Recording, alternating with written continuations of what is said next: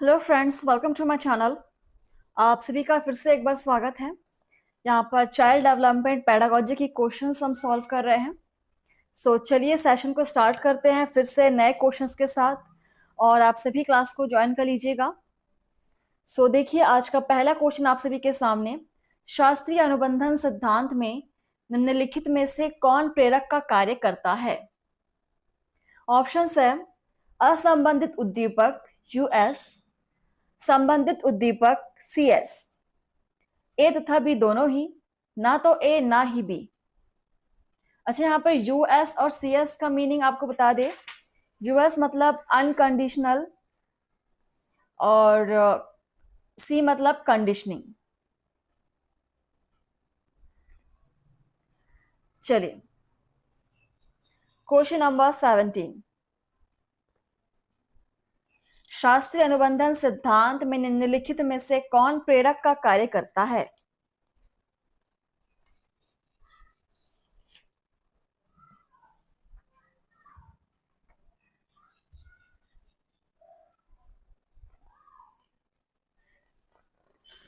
चलिए, आप सभी क्लास को सब्सक्राइब जरूर कर लीजिएगा। देखते हैं यहाँ पर सही आंसर क्या हो जाएगा। असंबंधित उद्दीपक या unconditioning stimulus. Option first is correct. ठीक है, ऑप्शन फर्स्ट यहाँ पे करेक्ट हो जाएगा।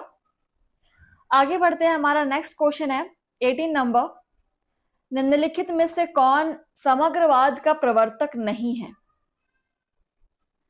नहीं है बोला गया है, समग्रवाद का प्रवर्तक नहीं है। ऑप्शन है हल, वर्दाइमर, कोफका, कोहलर।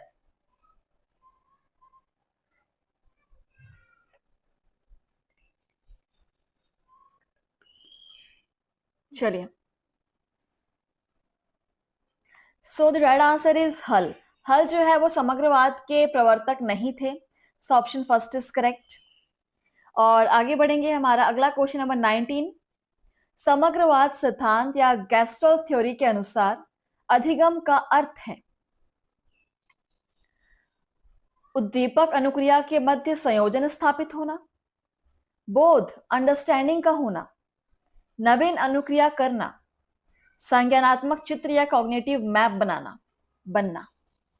चलिए, समग्रवाद सिद्धांत के अनुसार अधिगम का अर्थ गेस्टाल्टवाद।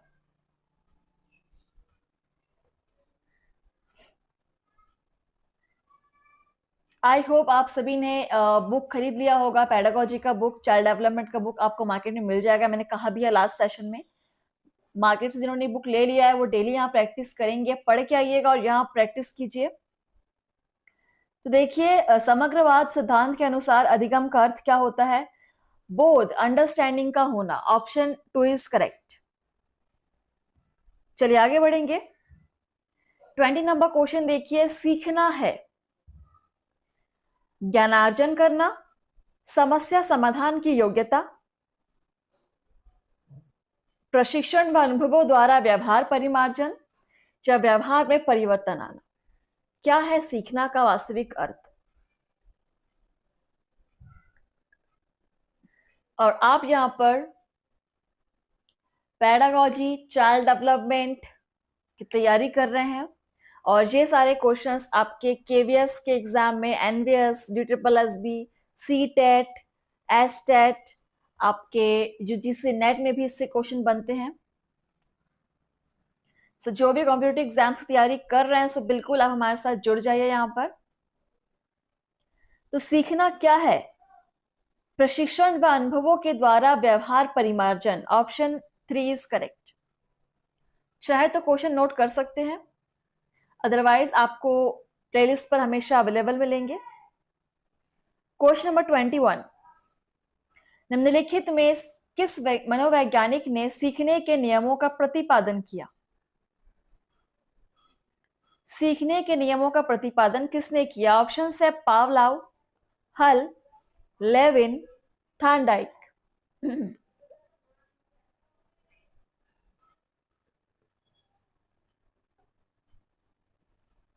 बहुत ही इंपॉर्टेंट क्वेश्चन है। तो यहाँ पर सीखने के नियमों का प्रतिपादन करने वाले मनोवैज्ञानिक थे थॉर्नडाइक। बिल्कुल, ऑप्शन 4 इज करेक्ट।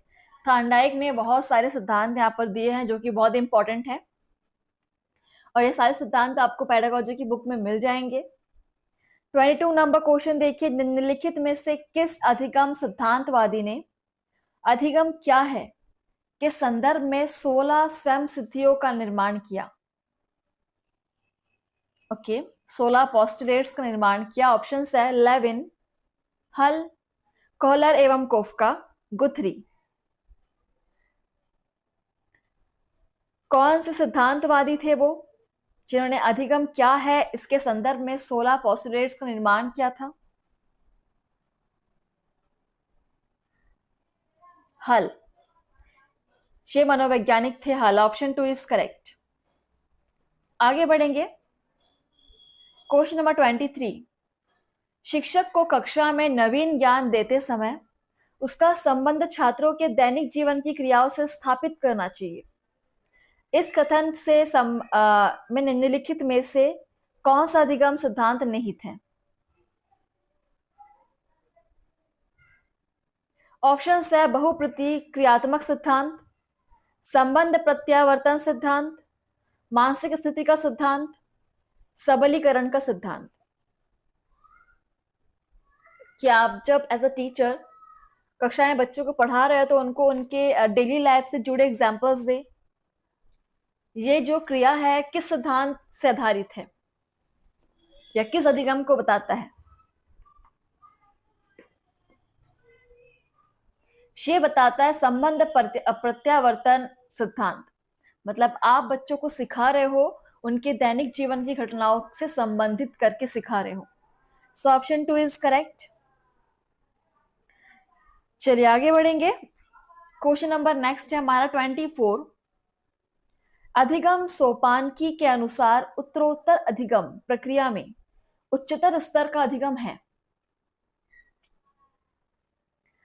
संकेत अधिगम या साइन लर्निंग, श्रृंखला अधिगम, चेन लर्निंग, समस्या समाधान अधिगम, प्रॉब्लम सॉल्विंग लर्निंग, नियम तथा सिद्धांत निरूपण अधिगम या rule and theory formation learning. Question को पढ़ के समझिए क्या पूछा जा रहा है आपसे। अगर आप क्वेश्चन ही नहीं समझेंगे तो आप सही आंसर कैसे आइडेंटिफाई कर पाएंगे?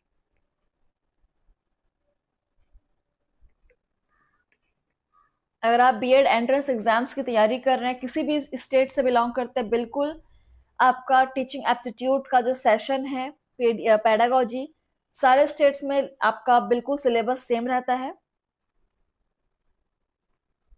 देखिए यहाँ पर क्वेश्चन नंबर 24 था हमारा, अधिगम सोपानकी के अनुसार उत्तरोत्तर अधिगम प्रक्रिया में उच्चतर स्तर का अधिगम है।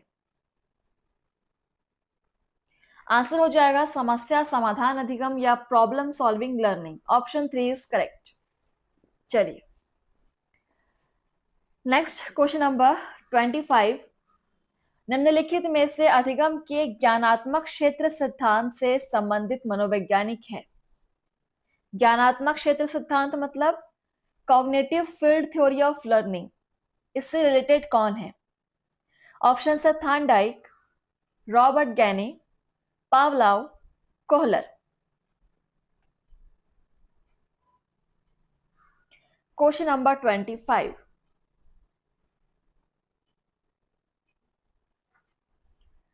Cognitive field theory of learning से संबंधित मनोवैज्ञानिक कौन थे? बिल्कुल रॉबर्ट गेने। ऑप्शन 2 इज करेक्ट, रॉबर्ट गेने थे कॉग्निटिव फील्ड थ्योरी से संबंधित। और इसके बाद अगला क्वेश्चन है 26 नंबर क्वेश्चन। निम्नलिखित में से किस अनुबंध सिद्धांत में पुनर्बलक या मोटिवेटर प्राणी द्वारा की गई प्रतिक्रिया के तुरंत पश्चात दिया जाता है? ऑप्शन है प्रयास एवं त्रुटि का सिद्धांत या ट्रायल एवं एरर थ्योरी, संबंध प्रत्यावर्तन सिद्धांत कंडीशनिंग थ्योरी, क्रिया प्रस्तुत सिद्धांत ऑपरेंट कंडीशनिंग थ्योरी, क्षेत्र सिद्धांत या फील्ड थ्योरी।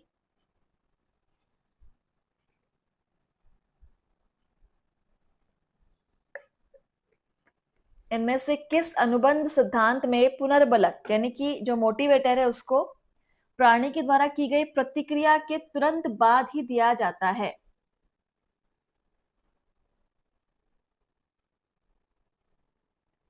आपका थियरी से लिया गया है क्वेश्चन और आंसर हो जाएगा क्रिया प्रस्तुत सिद्धांत या ऑपरेंट कंडीशनिंग थियरी में ऐसा किया जाता है। सो ऑप्शन 3 इज करेक्ट, क्रिया प्रस्तुत सिद्धांत। नेक्स्ट क्वेश्चन नंबर 27, एक बच्चे की गंदी आदत को छुड़ाना है। इस संदर्भ में निम्नलिखित में से किस अधिगम सिद्धांत का अनुप्रयोग करना श्रेयस्कर होगा? ऑप्शन है थार्नडाइक का सिद्धांत, पावलाव का सिद्धांत, स्किनर का सिद्धांत, लेविन का सिद्धांत। कि एक बच्चे की गंदी आदत को छुड़ाना है, सो आप उसको ठीक करने के लिए, सुधारने के लिए किस अधिगम सिद्धांत का अनुप्रयोग करना चाहेंगे या कौन सा अधिगम सबसे श्रेष्ठ होगा?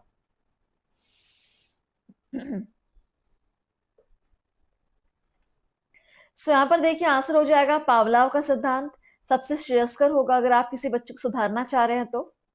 और पावलाव का सिद्धांत क्या था वो आप मुझे कमेंट से बताएंगे, ठीक है? चलिए, फीडबैक जरूर कीजिएगा, आपके फीडबैक्स बेहद इंपॉर्टेंट होते हैं, इससे हमको एक आइडिया होता है कि आप किस लेवल तक इंप्रूवमेंट कर पा रहे हैं। क्वेश्चन नंबर 28, अधिगम के संदर्भ में पुनर्बलन या रीइंफोर्समेंट से अभिप्राय है। ऑप्शन है अधिक बल का पुनः प्रयोग करना, उद्दीपक अनुक्रिया के साथ अनुबंध को अधिक सशक्त बनाना, सही प्रत्युत्तरों की पुनरावृत्ति, उपर्युक्त में से कोई नहीं। अधिगम के संदर्भ में रीइंफोर्समेंट या पुनर्बलन का अभिप्राय क्या है?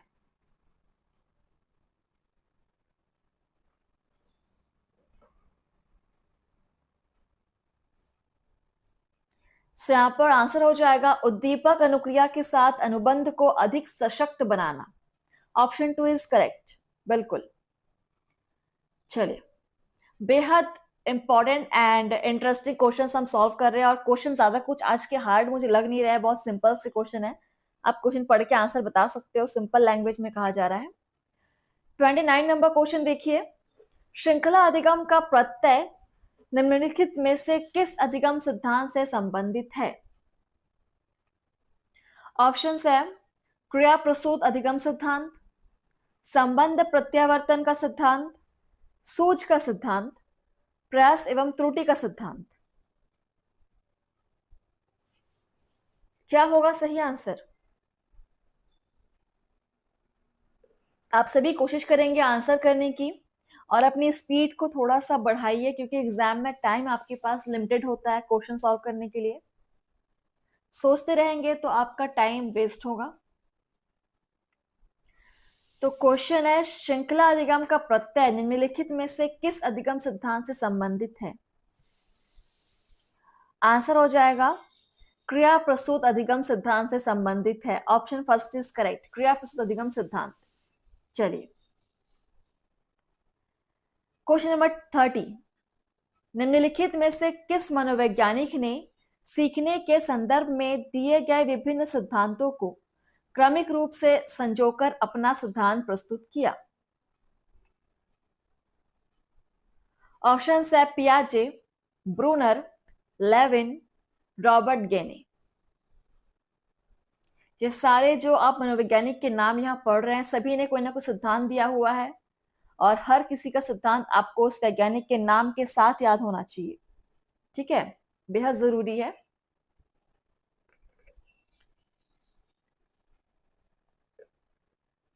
देखिए यहां पर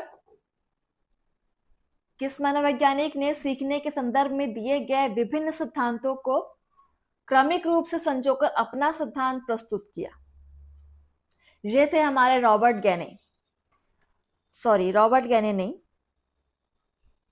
अच्छा रॉबर्ट गेने ही थे, बिल्कुल हाँ, रॉबर्ट गेने जी ही थे। Option 4 is correct. Question number 31, शाब्दिक अधिगम या वर्बल लर्निंग के संदर्भ में निम्नलिखित में से पूर्व आवश्यकता होगी? किस चीज की पूर्व आवश्यकता होगी? ऑप्शंस देखिएगा। संकेत अधिगम, उद्दीपक प्रतिक्रिया अधिगम, श्रृंखला अधिगम। संकेत अधिगम, श्रृंखला अधिगम, उत्तेजना अनुक्रिया अधिगम। संकेत अधिगम, प्रत्यय अधिगम, श्रृंखला अधिगम। संकेत अधिगम, श्रृंखला अधिगम, प्रत्यय अधिगम। चलिए आंसर कीजिए कि शाब्दिक अधिगम के संदर्भ में इनमें से किसकी पूर्व आवश्यकता होगी वर्बल लर्निंग के संबंध में?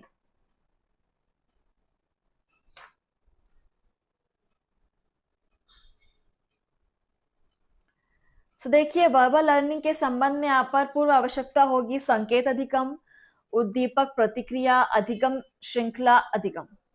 ठीक है, option first is correct. Screenshot ले सकते हैं चाहे तो। जो टॉपिक आपको बहुत इंपॉर्टेंट लग रहा है उस क्वेश्चन को आप स्क्रीनशॉट लेकर अपने पास रख सकते हैं या फिर नोट भी कर सकते हैं। Question number 32। एक बच्चे को एक वस्तु दिखाकर गुड़िया कहा जाता है। अगली बार बच्चा उस वस्तु को देखते ही गुड़िया कहता है। यह निम्नलिखित में से किसका उदाहरण है? ऑप्शन है श्रृंखला अधिगम का, संकेत अधिगम का, शाब्दिक सहचार्य अधिगम का, विभेद अधिगम का।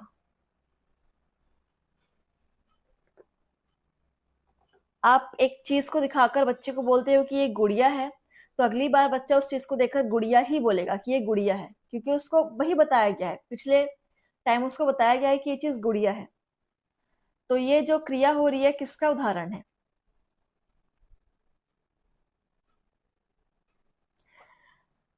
शाब्दिक साहचर्य अधिगम का। Option 3 is correct. ये उदाहरण है शाब्दिक साहचर्य अधिगम का। ठीक है, क्वेश्चन नंबर 33।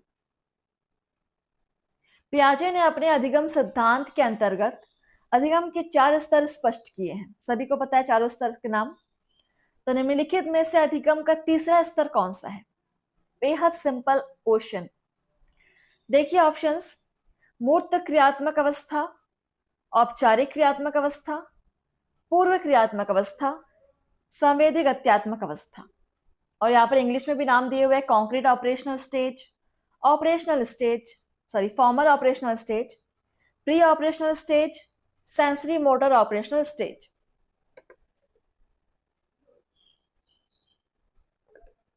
पियाजे के अधिगम के सिद्धांत के 4 स्तरों में तीसरा स्तर कौन सा है?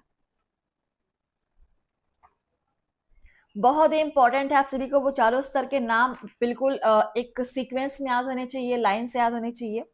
इससे एग्जाम में क्वेश्चन बनता ही है।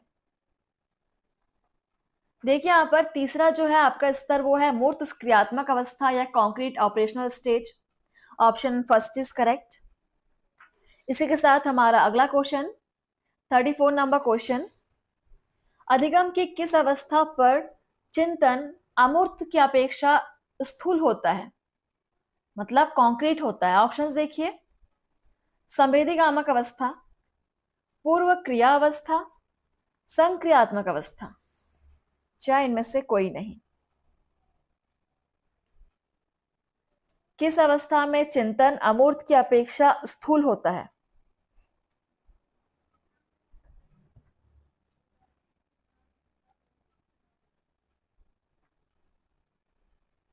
तो यहाँ पर देखिए सेंसरी मोटर तो होगा नहीं, क्योंकि वो 0 से 2 वर्ष तक है बच्चा, अमूर्त चिंतन तो कर ही नहीं पाएगा। प्री ऑपरेशनल में भी नहीं कर पाएगा, वो ऑपरेशनल में भी नहीं होता। तो यहाँ पर आपका इनमें से कोई भी ऑप्शन नहीं है हमारा राइट, तो इनमें से कोई नहीं हो जाएगा क्योंकि उस स्टेज का नाम दिया ही नहीं हुआ है। तो चलिए नेक्स्ट आगे बढ़ते हैं। Question number 35। बच्चों को कविता याद कराने हेतु निम्नलिखित में से कौन सा अधिगम सिद्धांत श्रेयस्कर होगा? थार्नडाइक का सिद्धांत, पावलाव का सिद्धांत, कोहलर कोफका का सिद्धांत, स्किनर का सिद्धांत।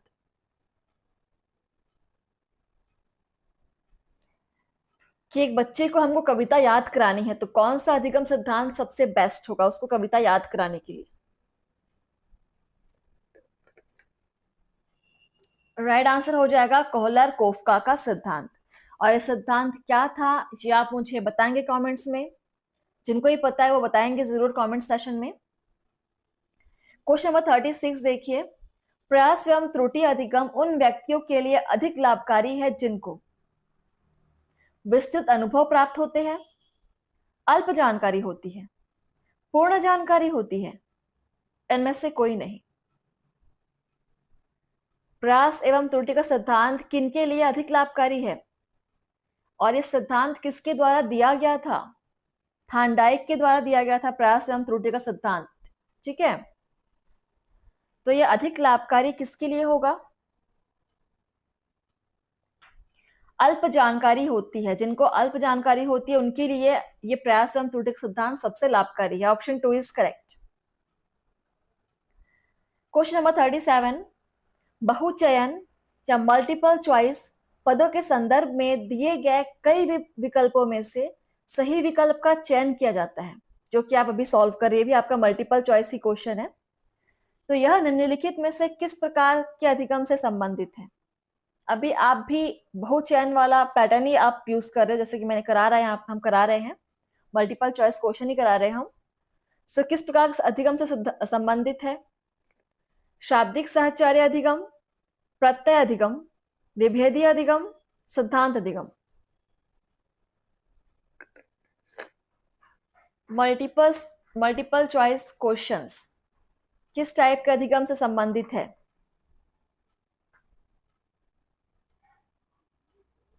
विभेदी अधिगम, मतलब आपको 4 ऑप्शन में सबसे सही वाले आंसर को चुनना होता है, जो बाकी सबसे अलग है। सो विभेदी अधिगम ऑप्शन 3 इज करेक्ट। और हमारा अगला क्वेश्चन नंबर 38, अधिगम के संदर्भ में निम्नलिखित में से किस मनोवैज्ञानिक ने स्कीमा पद का प्रयोग किया है? Gagne, Ausubel, Skinner, Jean पियाजे।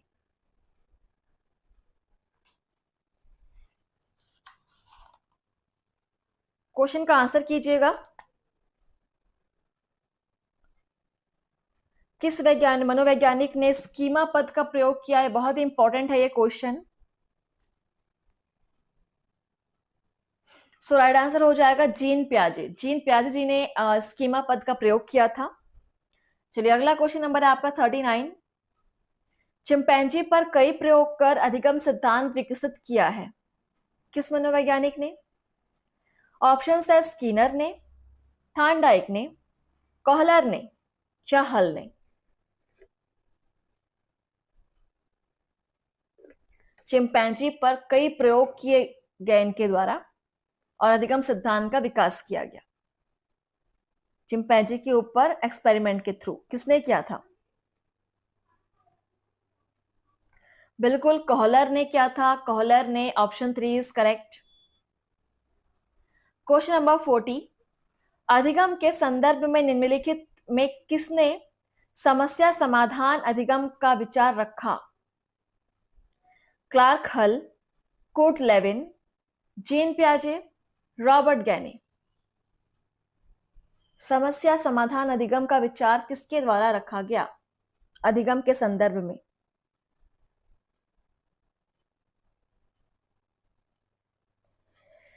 Answer हो जाएगा रॉबर्ट गैनी। ठीक है, ऑप्शन 4 इज करेक्ट। और आप सब क्लास को शेयर जरूर करेंगे, जो भी यहाँ पर केवीएस, एनवीएस, प्लस भी जैसे एग्जाम्स की तैयारी कर रहे हैं, बीएड एंट्रेंस एग्जाम, बिल्कुल आप सभी के लिए बहुत ही बेहतरीन प्लेटफॉर्म है ये टीचिंग एप्टीट्यूड के सेशंस के लिए। एंड नेक्स्ट और लास्ट क्वेश्चन आज के सेशन के लिए 41 नंबर क्वेश्चन, निम्नलिखित में से किसे सीखे गए व्यवहार के अंतर्गत समाहित नहीं किया जा सकता? शब्द ज्ञानार्जन, कविता याद करना, टाइपराइटर पर कार्य करना, पक्षियों द्वारा घोंसला बनाना। किसको हम व्यवहार के अंतर्गत समाहित नहीं किया जा सकता, मतलब सीखे गए व्यवहार के अंतर्गत समाहित नहीं कर सकते? कौन सी क्रियाकलाप है?